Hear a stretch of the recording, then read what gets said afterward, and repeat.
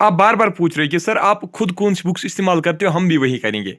और मेरा आंसर हमेशा यही रहा है कि जो बुक्स मैं इस्तेमाल करता हूं वो आप नहीं कर सकते हो। ठीक है, आप कर सकते हो लेकिन आपको बहुत ज़्यादा टाइम लगेगा अपनी प्रेपरेशन करने में। ठीक है, तो आज मैं आपको दिखाऊंगा कि मैं कौन कौन सी बुक इस्तेमाल करता हूं आपको लेक्चर प्रोवाइड करने के लिए। सबसे पहले अगर मैं जियोग्राफी की बात करूंगा तो एनसीईआरटी, तो ये आप देख सकते हो, ये 6th-12th सारी एनसीईआरटीज हैं, यहाँ से लेकर यहाँ तक की 6th-12 एनसीईआरटी है, कुछ यहाँ पे भी पड़ी हुई हैं और कुछ दूसरे रूम में भी है। मतलब पहले मैं एनसीईआरटीज पढ़ता हूँ। ठीक है, जियोग्राफी की पूरी एनसीईआरटीज मैंने पढ़ी है, तो उनसे ही मैंने पहले नोट्स बनाए। उसके बाद ये जो है ना, उसके बाद मैं एटलस इस्तेमाल करता हूँ। ठीक है, विजार्ड जियोग्राफी एक आती है। ठीक है, ये इंडियन जियोग्राफी में और इसमें जो वर्ल्ड जियोग्राफी है वो भी इसमें इंक्लूड की गई है। ठीक है, तो ये book minerals of India by Meher D N Wadia, ये भी एक बुक है, इसमें मिनरल्स के बारे में लिखा गया है जो इंडिया के मिनरल्स हैं। इसके बाद जो drainage system of India, that's reverse of India, तो ये बुक उसके ऊपर है, राधाकांत भारती ने लिखी है और संदीप सिन्हा ने ये मतलब ट्रांसलेट किए। ये बुक मैं इस्तेमाल करता हूँ जब मैं रिवर्स ऑफ इंडिया जो मैंने लेक्चर्स प्रोवाइड किए ना वो मैंने इसी से निकाले हैं। ठीक है, और इसके अलावा मैं डी आर खुलर, ये जो बुक है ना ये डी आर खुलर की है, ये यूपीएससी वाले पढ़ते हैं। ठीक है, और इससे भी मैं कुछ फैक्ट्स निकालता हूँ आपके लेक्चर के लिए। ठीक है, इसके अलावा माजिद हुसैन की पीडीएफ मेरे पास है, वो भी मैं इस्तेमाल करता हूं, वरना मैं खुद वो बुक नहीं पढ़ता हूं। ठीक है, तो हो गया ना ये जियोग्राफी का। अब देख लीजिए, कंप्यूटर के लिए मैं इस्तेमाल करता हूं एनके गुप्ता की बुक जो आईबीसी एकेडमी पब्लिकेशन ने मतलब पब्लिश की है, तो ये बुक मैं कंप्यूटर के लिए इस्तेमाल करता हूं।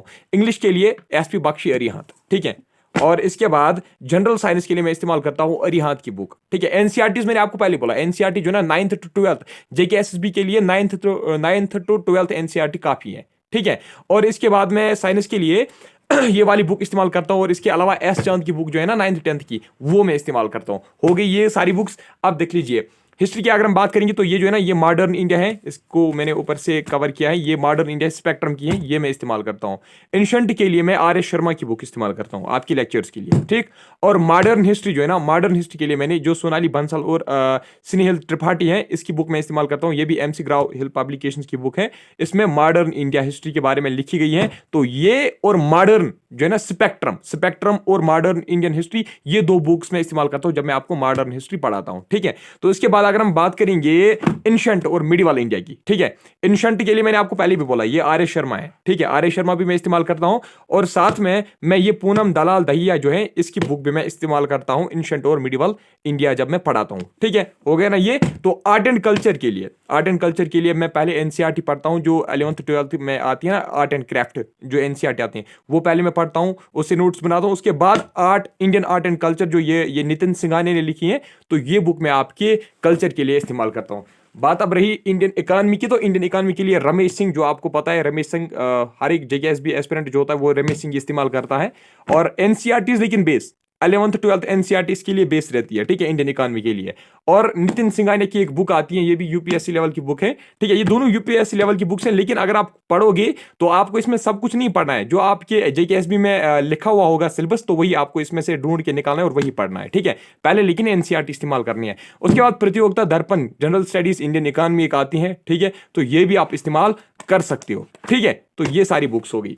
अब पॉलिटी की बात करेंगे तो इंडियन पॉलिटी के लिए तो आपको पता ही है 11th-12th एनसीईआरटी, और उसके बाद जो लक्ष्मीकांत है, ये तो एक बहुत मशहूर बुक है, ये तो आई होप कि ये आपके पास होगी। ठीक है, आपको इसमें सब कुछ नहीं पढ़ना है, मैंने पहले भी बोला जो आपके सिलेबस में लिखा हुआ होगा तो वही आपको पढ़ना है। ठीक है, हो गई ये सारी। अब देख लीजिए इसके अलावा फिर मैं जम्मू एंड कश्मीर सेक्शन के लिए क्या कौन सी बुक इस्तेमाल करता हूं। ये जो है ना ये अरिहंत पब्लिकेशन की है, know your state Jammu and Kashmir, पता होगा आपको, शायद ये फरहान सुल्तान ने लिखी है, अब्दुल रशीद ने लिखी है। ठीक है, इसके बाद ये विशाल पब्लिकेशन की बुक, ये भी मैं इस्तेमाल करता हूँ, इससे भी मैं फैक्ट्स निकालता हूँ। और इसके बाद रही ये वाली बुक ज़ुहूर मीर साहब की बुक।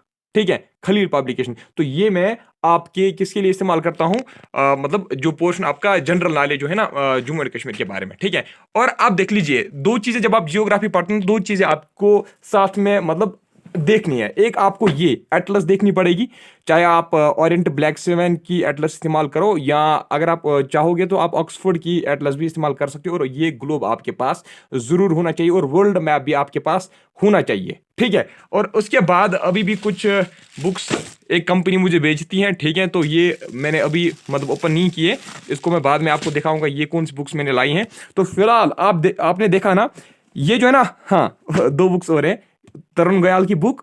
ठीक है, और जो मनोहर पांडे की बुक है इससे भी मैं फैक्टर्स निकालता हूँ, जो मतलब जेकेपी वाले वगैरह है ना, जो 10+2 लेवल के एग्जाम जो होते हैं वो उनके फैक्टर्स मैं इससे भी निकालता हूँ, ठीक है। लेकिन बेस जो है ना, बेस मेरी एनसीईआरटी रहती है। अब आप खुद अंदाजा लगाइए, आप अगर खुद पढ़ोगे ये सारी बुक्स तो आपको लेक्चर कब प्रिपेयर, सॉरी, आपको अपनी प्रिपरेशन कंप्लीट कब हो जाएगी, आपको अपना सिलेबस कंप्लीट कब हो जाएगा। इसलिए आप देख लीजिए, मुझे टाइम लगता है, मैं एक दिन में एक लेक्चर प्रोवाइड करता हूं, मैं इनसे ही मतलब अपना जो कंटेंट है ना वो मैं इनसे ही प्रिपेयर करता हूं, ठीक है। मान लीजिए एंशिएंट इंडिया से मुझे कोई टॉपिक उठाना है, मैं इसमें देखूंगा वो टॉपिक इसमें क्या लिखा है इस ऑथर ने, ठीक है, दूसरे ऑथर ने क्या लिखा, अगर कोई एक्स्ट्रा फैक्ट है तो वो नोट कर देता हूं अपने नोट्स में, ठीक है। तो चलिए, आज आपने देखा, अब आप खुद अंदाजा लगा सकते हो कि आपको मतलब अगर आप ये सारी बुक्स पढ़ोगे तो आपकी जो सिलेबस है, आपका जो सिलेबस है वो कंप्लीट नहीं हो पाएगा, ठीक है। तो बेटर आपके लिए यही रहेगा, अगर आप एनसीईआरटी पढ़ोगे और एनसीईआरटी के बाद आप अपनी कौन सी, या तो ये बुक पढ़ो या तो ये आप मनोहर पांडे की बुक पढ़ सकते हो। अगर आपके पास बहुत सारा टाइम है तो फिर आप इनमें से कोई भी बुक चूज कर सकते हो। और साइंस के लिए तो आपको डेफिनेटली यही बुक पढ़नी पड़ेगी, और जो कंप्यूटर है, कंप्यूटर के लिए भी यही बुक, ठीक है, या ल्यूसेंट या अरिहंत की बुक भी इसमें आती है, ठीक है, और इंग्लिश के लिए ये वाली बुक, ठीक है। तो ये थी सारी बुक्स जो मैं इस्तेमाल करता हूँ आपके लेक्चर बनाने के लिए, ठीक है। आई होप आपको मेरे आपके जो क्वेश्चन जितने भी हैं उनके आंसर्स आपको मिले होंगे। तो thank you, bye, take care.